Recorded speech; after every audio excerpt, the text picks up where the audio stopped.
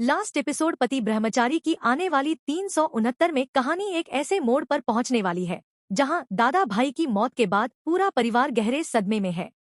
घर का हर सदस्य रो रहा है और किसी को भी यकीन नहीं हो रहा कि दादा भाई अब इस दुनिया में नहीं रहे। ईशा दादा भाई की लाश के पास बैठकर फूट फूट कर रोती है और बार बार कहती है कि आखिर ऐसा कैसे हो गया। कल तक जो इंसान हमारे सामने था, आज वह हमें हमेशा के लिए छोड़कर चला गया। सूरज भी बेहद दुखी नजर आता है, लेकिन उसके मन में एक सवाल लगातार उठ रहा है कि क्या दादा भाई की मौत सच में एक हादसा थी या इसके पीछे किसी की बहुत बड़ी साजिश है। तभी पुलिस घटनास्थल पर पहुंचती है और जांच शुरू करती है। पुलिस को दादा भाई के पास से एक ऐसा सामान मिलता है जिसे देखकर सभी हैरान रह जाते हैं। ईशा को शक होता है कि दादा भाई की मौत से पहले वह किसी से मिलने वाला था। तभी सूरज को एक अनजान नंबर से फोन आता है। फोन करने वाला सिर्फ इतना कहता है कि अगर तुमने दादा भाई की मौत का सच जानने की कोशिश की तो अगली लाश तुम्हारे परिवार की होगी। यह सुनकर सूरज के होश उड़ जाते हैं। वह ईशा को इस धमकी के बारे में बताता है और दोनों समझ जाते हैं कि दादा भाई की मौत के पीछे कोई बहुत बड़ा राज छिपा हुआ है। लेकिन सबसे बड़ा सवाल यह है कि दादा भाई को किसने मारा और अब अगला निशाना कौन है।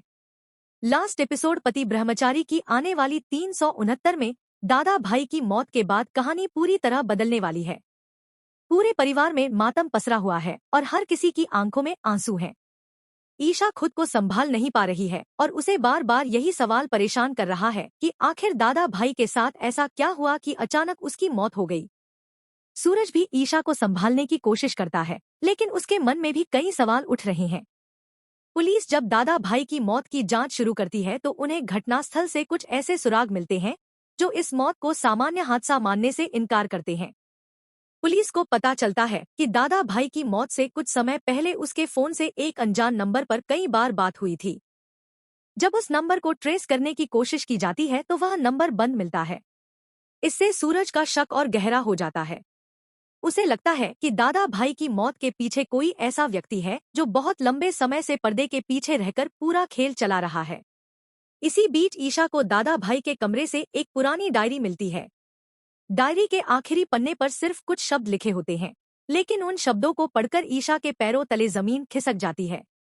उसमें लिखा होता है कि अगर मेरे साथ कुछ भी गलत हुआ तो समझ लेना कि मेरे सबसे करीब रहने वाला इंसान ही इसके पीछे है। यह पढ़कर ईशा और सूरज दोनों हैरान रह जाते हैं, क्योंकि अब शक किसी बाहर वाले पर नहीं बल्कि परिवार के किसी बेहद करीबी व्यक्ति पर होने लगता है। तभी घर में एक ऐसा शख्स आता है जो दादा भाई की मौत की खबर सुनकर बहुत परेशान होने का नाटक करता है, लेकिन सूरज उसकी आंखों में छिपा डर साफ देख लेता है। सूरज समझ जाता है कि शायद यह व्यक्ति दादा भाई की मौत के बारे में उससे कहीं ज्यादा जानता है। दूसरी तरफ पुलिस को एक और सुराग मिलता है कि दादा भाई की मौत से ठीक पहले उसके पास एक रहस्यमय आदमी आया था। सीसीटीवी फुटेज में उसका चेहरा साफ दिखाई नहीं देता, लेकिन उसके कपड़ों से पता चलता है कि वह कोई आम आदमी नहीं था। ईशा फैसला करती है कि वह उस शख्स को किसी भी कीमत पर ढूंढ कर रहेगी। लेकिन जैसे ही वह जांच आगे बढ़ाने लगती है, उसे एक धमकी भरा मैसेज मिलता है जिसमें लिखा होता है कि अगर उसने दादा भाई की मौत की सच्चाई जानने की कोशिश की तो उसके परिवार का अगला सदस्य खतरे में होगा। अब सूरज और ईशा के सामने सबसे बड़ी चुनौती यह है कि वे सच का पता भी लगाएं और अपने परिवार को भी सुरक्षित रखें। लेकिन उन्हें बिल्कुल अंदाजा नहीं है कि दादा भाई की मौत के पीछे छिपा राज उनके सामने एक ऐसा सच लेकर आने वाला है जो उनके रिश्तों और भरोसे को हमेशा के लिए बदल सकता है। लास्ट एपिसोड पति ब्रह्मचारी की आने वाली 369 में दादा भाई की मौत का रहस्य और भी गहरा होने वाला है। ईशा को मिली डायरी के आखिरी पन्ने ने पूरे परिवार के सामने एक ऐसा सवाल खड़ा कर दिया है जिसका जवाब किसी के पास नहीं है। अगर दादा भाई ने मरने से पहले खुद लिखा था कि उसके सबसे करीब रहने वाला इंसान ही उसकी मौत का जिम्मेदार हो सकता है, तो आखिर वह कौन है जिस पर दादा भाई को इतना बड़ा शक था। सूरज इस सवाल का जवाब ढूंढने के लिए दादा भाई के पुराने कमरों और उसकी निजी चीजों की तलाश शुरू करता है। उसे एक पुराना बॉक्स मिलता है जिसे दादा भाई ने कई सालों से छिपाकर रखा था। बॉक्स के अंदर कुछ तस्वीरें और पुराने दस्तावेज होते हैं। उन तस्वीरों में एक ऐसा चेहरा दिखाई देता है जिसे देखकर सूरज पूरी तरह हैरान रह जाता है। यह वही व्यक्ति होता है जो आज भी परिवार के बीच मौजूद है और हर कोई उसे अपना समझता है। सूरज तुरंत ईशा को बुलाता है और दोनों मिलकर तस्वीरों को ध्यान से देखने लगते हैं। ईशा को यकीन नहीं होता कि जिस इंसान पर परिवार ने हमेशा भरोसा किया, उसका संबंध इतने पुराने राज से कैसे हो सकता है। तभी अचानक किसी को उनके कमरे के बाहर खड़े होने का एहसास होता है। सूरज दरवाजा खोलता है, लेकिन बाहर कोई नहीं होता। सिर्फ जमीन पर एक छोटा सा कागज पड़ा होता है। उस पर लिखा होता है कि अगर तुम सच के करीब पहुंचे तो अगली बार चेतावनी नहीं मिलेगी। अब सूरज समझ जाता है कि कोई उनकी हर गतिविधि पर नजर रख रहा है। दूसरी तरफ पुलिस दादा भाई की मौत की जांच में एक और बड़ा सुराग ढूंढ लेती है। उन्हें पता चलता है कि मौत वाली रात एक कार घटनास्थल के पास से गुजरी थी। कार का नंबर आधा दिखाई देता है, लेकिन इतना सुराग पुलिस के लिए काफी होता है। जब उस कार के मालिक का पता लगाया जाता है तो पता चलता है कि वह परिवार का ही कोई करीबी व्यक्ति है। यह खबर सुनकर ईशा के पैरों तले जमीन खिसक जाती है। वह तुरंत उस व्यक्ति से सवाल करती है, लेकिन वह साफ इनकार कर देता है और कहता है कि वह उस रात घर पर था। सूरज को उसकी बातों पर भरोसा नहीं होता। वह चुपचाप उसकी गतिविधियों पर नजर रखने का फैसला करता है। उसी रात सूरज देखता है कि वह रहस्यमय व्यक्ति घर से बाहर निकलकर एक सुनसान जगह पर किसी से मिलने जाता है। सूरज उसका पीछा करता है और दूर से देखता है कि वह किसी अजनबी को एक लिफाफा दे रहा है। लेकिन इससे पहले कि सूरज उनके पास पहुंच पाता, दोनों वहां से गायब हो जाते हैं। सूरज को लिफाफे के अंदर क्या था, इसका पता नहीं चल पाता, लेकिन उसे यकीन हो जाता है कि दादा भाई की मौत का राज अब ज्यादा दूर नहीं है। तभी उसके फोन पर एक तस्वीर आती है जिसमें वह और ईशा साफ दिखाई दे रहे होते हैं। मैसेज में लिखा होता है कि अगली बार तस्वीर सिर्फ याद बनकर रह जाएगी। सूरज यह देखकर समझ जाता है कि अब दुश्मन सिर्फ धमकी नहीं दे रहा, बल्कि उनके बेहद करीब पहुंच चुका है। लास्ट एपिसोड पति ब्रह्मचारी की आने वाली 369 में सूरज के सामने अब सबसे बड़ी चुनौती यह है कि वह दादा भाई की मौत के पीछे छिपे असली गुनहगार तक कैसे पहुंचे। जिस रहस्यमय व्यक्ति की तस्वीर सूरज को भेजी गई है, वह अब लगातार उसके और ईशा के आसपास मंडरा रहा है। सूरज को शक है कि दादा भाई की मौत कोई हादसा नहीं, बल्कि एक सोची समझी साजिश थी और इस साजिश में परिवार का कोई करीबी भी शामिल हो सकता है। दूसरी तरफ ईशा को दादा भाई की पुरानी डायरी से एक और पन्ना मिलता है, जिसमें एक तारीख और एक जगह का नाम लिखा होता है। ईशा को याद आता है कि यही तारीख दादा भाई की मौत से ठीक एक दिन पहले की है। सूरज और ईशा तुरंत उस जगह पर पहुंचने का फैसला करते हैं। वहां पहुंचकर उन्हें एक बंद कमरा मिलता है, जिसके दरवाजे पर दादा भाई का नाम लिखा होता है। सूरज किसी तरह दरवाजा खोलता है और अंदर जाते ही दोनों के होश उड़ जाते हैं। कमरे की दीवारों पर दादा भाई और उसके परिवार की पुरानी तस्वीरें लगी होती हैं। ऐसा लगता है जैसे कोई कई सालों से पूरे परिवार पर नजर रख रहा था। तभी ईशा को एक छिपा हुआ कैमरा दिखाई देता है और उसे एहसास होता है कि उनकी हर गतिविधि रिकॉर्ड की जा रही थी। अचानक कमरे में लगी स्क्रीन चालू होती है और उस पर एक वीडियो चलने लगता है। वीडियो में दादा भाई खुद दिखाई देता है। वह कहता है कि अगर यह वीडियो सूरज और ईशा तक पहुंच गया है, तो इसका मतलब है कि वह अब जिंदा नहीं है। वह आगे बताता है कि उसकी मौत के पीछे जिस इंसान का हाथ है, वह सिर्फ उसका दुश्मन नहीं, बल्कि पूरे परिवार के लिए सबसे बड़ा खतरा है। लेकिन इससे पहले कि दादा भाई उस व्यक्ति का नाम बता पाता, वीडियो अचानक बंद हो जाता है। सूरज गुस्से में स्क्रीन को देखता रह जाता है और ईशा समझ जाती है कि किसी ने जानबूझकर वीडियो का सबसे जरूरी हिस्सा मिटा दिया है। तभी बाहर से किसी के कदमों की आवाज सुनाई देती है। सूरज और ईशा तुरंत छिप जाते हैं। कुछ ही सेकंड बाद वही रहस्यमय व्यक्ति कमरे में दाखिल होता है, जिसके बारे में सूरज को शक था। वह सीधे उस कंप्यूटर के पास जाता है और एक फाइल डिलीट करने लगता है। सूरज अचानक उसके सामने आ जाता है और उससे सवाल करता है कि वह यहाँ क्या कर रहा है। वह व्यक्ति घबरा जाता है और कहता है कि वह सिर्फ दादा भाई के पुराने सामान को देखने आया था, लेकिन सूरज उसकी बात पर विश्वास नहीं करता। दोनों के बीच बहस शुरू हो जाती है और तभी वह व्यक्ति वहां से भागने की कोशिश करता है। सूरज उसका पीछा करता है, लेकिन वह एक गुप्त रास्ते से निकलकर फरार हो जाता है। ईशा को कमरे में एक छोटी सी चाबी मिलती है और चाबी के साथ एक कागज भी होता है, जिस पर सिर्फ इतना लिखा होता है कि असली सच पुराने गोदाम में छिपा है। अब सूरज और ईशा समझ जाते हैं कि दादा भाई की मौत का राज उसी गोदाम से जुड़ा हुआ है, लेकिन उन्हें नहीं पता कि वहां पहुंचने से पहले ही कोई उनके लिए एक और खतरनाक जाल तैयार कर चुका है। जैसे ही दोनों गोदाम की तरफ निकलते हैं, एक काली गाड़ी उन लास्ट एपिसोड पति ब्रह्मचारी की आने वाली 369 में दादा भाई की मौत का रहस्य अब एक ऐसे मोड़ पर पहुंचने वाला है जहां सूरज और ईशा के सामने कई चौंकाने वाले राज खुल सकते हैं। अस्पताल से रहस्यमय तरीके से गायब हुए गवाह की तलाश में पुलिस पूरे शहर में छापेमारी शुरू कर देती है, लेकिन उस गवाह का कोई पता नहीं चलता। सूरज को पूरा यकीन होता है कि अस्पताल में मौजूद किसी व्यक्ति ने दुश्मन की मदद की है और उसी ने गवाह को वहां से बाहर निकाला है।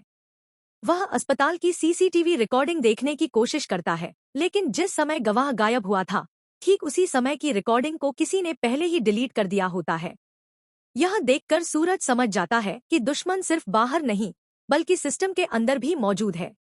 ईशा भी सूरज से कहती है कि अब किसी पर भरोसा करना बहुत मुश्किल हो गया है, क्योंकि हर बार जब वे सच के करीब पहुंचते हैं, उससे पहले ही कोई ना कोई सबूत गायब हो जाता है। इसी बीच सूरज उस व्यक्ति पर नजर रखना शुरू करता है जिसके हाथ में उसने वही अंगूठी देखी थी जो दादा भाई की मौत वाली रात की तस्वीर में दिखाई दे रही थी। वह चुपचाप उसका पीछा करता है और देखता है कि वह एक पुराने मंदिर के पास जाकर किसी अनजान व्यक्ति से मिलता है। सूरज दूर से उनकी बातचीत सुनने की कोशिश करता है, लेकिन आवाज साफ नहीं आती। तभी वह व्यक्ति एक छोटा सा पैकेट उस अनजान शख्स को देता है और वहां से चला जाता है। सूरज पैकेट लेने वाले व्यक्ति का पीछा करता है, लेकिन कुछ ही दूरी पर वह अचानक गायब हो जाता है। सूरज को वहां सिर्फ एक कागज मिलता है जिस पर लिखा होता है कि अगर दादा भाई की मौत का सच जानना है तो आधी रात को पुराने पुल के पास पहुंचो। सूरज अकेले वहां जाने का फैसला करता है, लेकिन ईशा उसे रोकती है और कहती है कि यह साफ तौर पर एक जाल हो सकता है। सूरज कहता है कि अगर वह नहीं गया तो शायद उन्हें कभी पता नहीं चलेगा कि दादा भाई की मौत के पीछे कौन है। आखिरकार ईशा भी उसके साथ जाने का फैसला करती है। आधी रात को दोनों पुराने पुल के पास पहुंचते हैं। वहां चारों तरफ अंधेरा होता है और दूर दूर तक कोई दिखाई नहीं देता। अचानक एक कार की हेडलाइट उनके सामने रुकती है। कार से एक शख्स बाहर निकलता है और उसके हाथ में वही पुरानी फाइल होती है जिसका जिक्र दादा भाई की डायरी में किया गया था। वह सूरज से कहता है कि अगर वह फाइल चाहता है तो उसे पहले एक सवाल का जवाब देना होगा। सूरज पूछता है कि आखिर दादा भाई को किसने मारा। वह शख्स कहता है कि दादा भाई की मौत के पीछे एक नहीं बल्कि 3 लोग शामिल थे और उनमें से एक आज भी सूरज और ईशा के बेहद करीब है। यह सुनकर दोनों के होश उड़ जाते हैं। ईशा उससे पूछती है कि वह उन 3 लोगों के नाम क्यों नहीं बता रहा, लेकिन वह कहता है कि अगर उसने नाम बता दिए तो अगले ही दिन उसकी लाश भी मिल जाएगी। वह आगे बताता है कि दादा भाई ने मरने से पहले अपने खिलाफ चल रही साजिश का पता लगा लिया था और उसने सभी सबूत एक सुरक्षित जगह पर छिपा दिए थे। लेकिन दादा भाई की मौत के बाद उन सबूतों को हासिल करने के लिए कई लोग एक दूसरे के खिलाफ हो गए। तभी अचानक उस व्यक्ति पर गोली चलती है। सूरज और ईशा जमीन पर झुक जाते हैं। गोली चलाने वाला अंधेरे का फायदा उठाकर भाग जाता है। सूरज घायल व्यक्ति को बचाने की कोशिश करता है, लेकिन वह सिर्फ इतना कह पाता है कि सबूत पुराने घर में है और फिर बेहोश हो जाता है। पुलिस के पहुंचने से पहले ही सूरज और ईशा वहां से निकल जाते हैं और पुराने घर की तरफ जाने का फैसला करते हैं। वहां पहुंचकर उन्हें एक बंद कमरा मिलता है। कमरे के अंदर उन्हें दादा भाई की पुरानी तस्वीर, एक छोटी सी चाबी और एक पत्र मिलता है। पत्र में लिखा होता है कि अगर यह पत्र सूरज तक पहुंच गया है तो समझ लेना कि मेरे जाने के बाद भी खतरा खत्म नहीं हुआ। असली दुश्मन वह है जो तुम्हारे सामने रोता है, तुम्हारा दुख बांटता है और तुम्हें अपना समझने का नाटक करता है। यह पढ़कर सूरज और ईशा एक दूसरे को देखने लगते हैं। उन्हें महसूस होता है कि शायद दुश्मन उनके बहुत करीब है। तभी बाहर से किसी के कदमों की आवाज आती है। सूरज दरवाजा खोलकर बाहर जाता है, लेकिन कोई नहीं मिलता। अचानक ईशा को कमरे के अंदर से एक आवाज सुनाई देती है। वह देखती है कि पुरानी अलमारी के पीछे एक गुप्त रास्ता है। दोनों उस रास्ते से नीचे जाते हैं और वहां एक छोटा कमरा मिलता है जिसमें कई वीडियो रिकॉर्डिंग रखी होती हैं। पहली रिकॉर्डिंग में दादा भाई दिखाई देता है और वह कहता है कि उसकी मौत के बाद सबसे पहले सूरज को बचाना, क्योंकि असली दुश्मन अब सूरज को अपना अगला निशाना बनाएगा। दूसरी रिकॉर्डिंग में दादा भाई एक ऐसे नाम का जिक्र करता है जिसे सुनकर ईशा पूरी तरह टूट जाती है।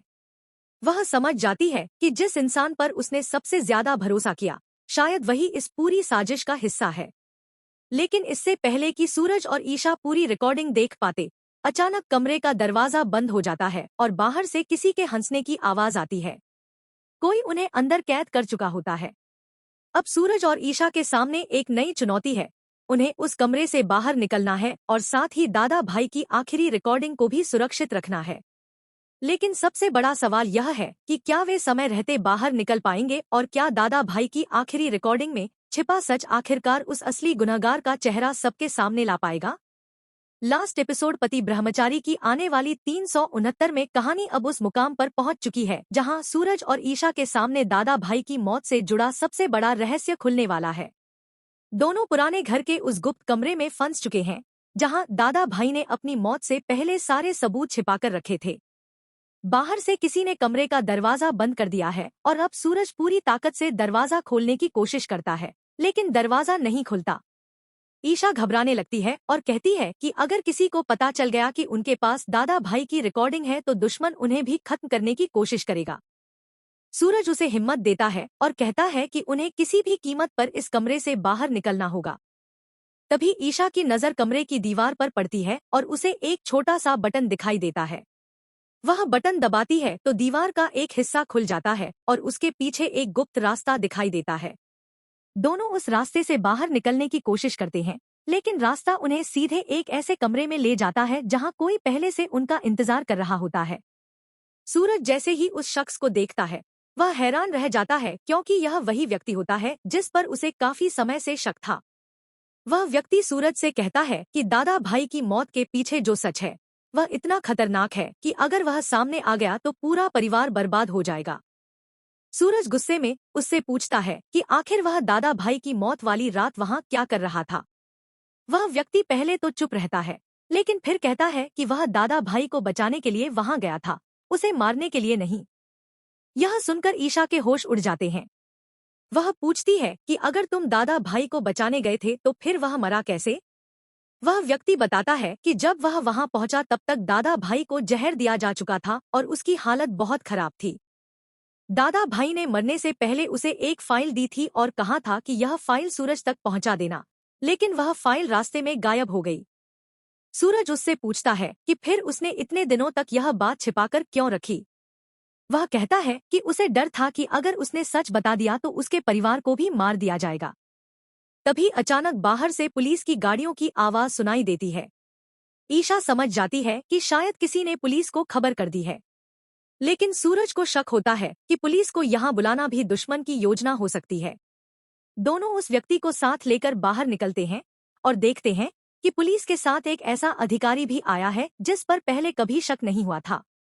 वह अधिकारी उन्हें देखते ही कहता है कि अब तुम लोगों को मेरे साथ चलना होगा। सूरज उससे पूछता है कि आखिर किस आधार पर, लेकिन अधिकारी कोई जवाब नहीं देता।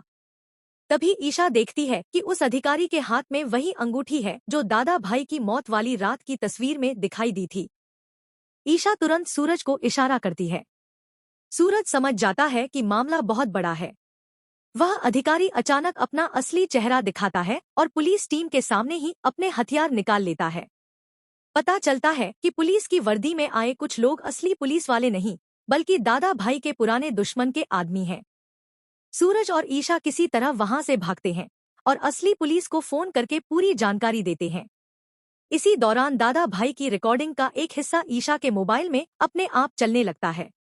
रिकॉर्डिंग में दादा भाई कहता है कि अगर मेरी मौत के बाद यह रिकॉर्डिंग सूरज और ईशा तक पहुंची है तो समझ लेना कि मेरे मरने के बाद भी मेरा सबसे बड़ा दुश्मन आजाद है। वह आगे बताता है कि उस दुश्मन का संबंध परिवार से है और वह बहुत जल्द सूरज को अपना अगला निशाना बनाएगा। रिकॉर्डिंग सुनकर सूरज और ईशा के होश उड़ जाते हैं। तभी दादा भाई एक ऐसा नाम लेने वाला होता है जिससे पूरा सच सामने आ सकता था, लेकिन रिकॉर्डिंग अचानक बंद हो जाती है। ईशा कहती है कि किसी ने जानबूझकर रिकॉर्डिंग का आखिरी हिस्सा डिलीट किया है। सूरज फैसला करता है कि अब वह उस रिकॉर्डिंग को किसी भी कीमत पर रिकवर करेगा। दोनों एक साइबर एक्सपर्ट की मदद लेते हैं और कुछ कोशिशों के बाद रिकॉर्डिंग का आखिरी हिस्सा वापस आने लगता है। लेकिन जैसे ही स्क्रीन पर नाम दिखाई देने वाला होता है, साइबर एक्सपर्ट के कमरे की बिजली बंद हो जाती है। कुछ सेकंड बाद जब लाइट वापस आती है तो कंप्यूटर से रिकॉर्डिंग गायब हो चुकी होती है और साइबर एक्सपर्ट भी वहां नहीं होता। सूरज समझ जाता है कि दुश्मन हर कदम पर उनसे आगे है। अब सूरज और ईशा के पास सिर्फ एक ही रास्ता बचता है, उस व्यक्ति को ढूंढना जिसने दादा भाई की आखिरी रिकॉर्डिंग को मिटाने की कोशिश की है। लास्ट एपिसोड पति ब्रह्मचारी की आने वाली 369 में दादा भाई की मौत के बाद कहानी एक ऐसे मोड़ पर पहुंचने वाली है जहां सूरज और ईशा के सामने एक के बाद एक कई चौंकाने वाले राज खुलेंगे। पूरे परिवार में अभी भी दादा भाई की मौत का दुख छाया हुआ है। हर कोई उसकी याद में रो रहा है, लेकिन सूरज के मन में एक सवाल लगातार घूम रहा है कि आखिर दादा भाई की मौत सच में हुई कैसे। सूरज को बिल्कुल यकीन नहीं है कि यह कोई सामान्य हादसा था। उसे लगता है कि दादा भाई को किसी ने जानबूझकर रास्ते से हटाया है और इसके पीछे कोई बहुत बड़ी साजिश छिपी हुई है। ईशा भी सूरज का साथ देने का फैसला करती है और दोनों मिलकर दादा भाई के पुराने सामान की जांच शुरू करते हैं। तभी उन्हें दादा भाई की एक पुरानी डायरी मिलती है जिसके आखिरी पन्ने पर कुछ ऐसे शब्द लिखे होते हैं जिन्हें पढ़कर दोनों के होश उड़ जाते हैं। दादा भाई ने लिखा होता है कि अगर उसके साथ कुछ भी गलत होता है तो सूरज को अपने सबसे करीब रहने वाले इंसान से सावधान रहना होगा। अब सूरज और ईशा के सामने सबसे बड़ा सवाल यह होता है कि आखिर वह कौन है जिस पर दादा भाई को शक था। इसी बीच पुलिस को भी एक ऐसा सुराग मिलता है जिससे पता चलता है कि दादा भाई की मौत वाली रात एक रहस्यमय गाड़ी घटनास्थल के पास मौजूद थी। सूरज उस गाड़ी की तलाश शुरू करता है और उसे पता चलता है कि वह गाड़ी परिवार के ही एक करीबी व्यक्ति के नाम पर है। यह सुनते ही ईशा पूरी तरह हैरान रह जाती है और कहती है कि जिस इंसान पर उन्हें सबसे ज्यादा भरोसा था, क्या वही दादा भाई की मौत के पीछे हो सकता है। लेकिन सूरज बिना पक्के सबूत के किसी पर आरोप लगाने से इनकार कर देता है। दोनों उस व्यक्ति पर नजर रखना शुरू करते हैं।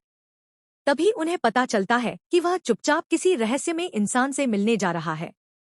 सूरज उसका पीछा करता है और वहां पहुंचकर देखता है कि वह एक लिफाफा किसी अजनबी को दे रहा है। सूरज उस व्यक्ति को पकड़ने की कोशिश करता है, लेकिन वह अंधेरे का फायदा उठाकर वहां से भाग जाता है। जमीन पर उसे सिर्फ एक छोटी सी चाबी मिलती है। सूरज और ईशा जब उस चाबी के बारे में पता लगाते हैं तो उन्हें मालूम होता है कि यह चाबी दादा भाई के पुराने लॉकर की है। अब दोनों लॉकर तक पहुंचते हैं और वहां से उन्हें एक पेन ड्राइव मिलती है। पेन ड्राइव में दादा भाई की आखिरी वीडियो रिकॉर्डिंग होती है। दादा भाई वीडियो में कहता है कि उसकी मौत के बाद सूरज और ईशा को किसी पर भी आसानी से भरोसा नहीं करना चाहिए, क्योंकि असली दुश्मन उनके बहुत करीब है। लेकिन इससे पहले कि दादा भाई उस व्यक्ति का नाम बता पाता, वीडियो अचानक बंद हो जाता है। सूरज समझ जाता है कि किसी ने जानबूझकर वीडियो का सबसे जरूरी हिस्सा मिटा दिया है। अब वह फैसला करता है कि किसी भी कीमत पर उस वीडियो को वापस लाया जाएगा।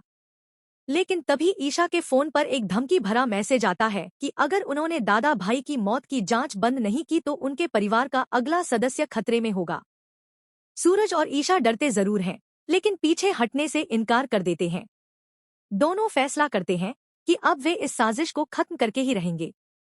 लेकिन उन्हें बिल्कुल अंदाजा नहीं है कि उनके बीच मौजूद कोई ऐसा इंसान है जो उनकी हर बात और हर कदम की जानकारी दुश्मन तक पहुंचा रहा है। अब सवाल यह है कि क्या सूरज और ईशा उस गद्दार को पहचान पाएंगे? क्या दादा भाई की मौत का असली सच सबके सामने आएगा? और क्या आने वाले एपिसोड में वह रहस्यमयी मास्टरमाइंड अपना चेहरा सबके सामने लाएगा?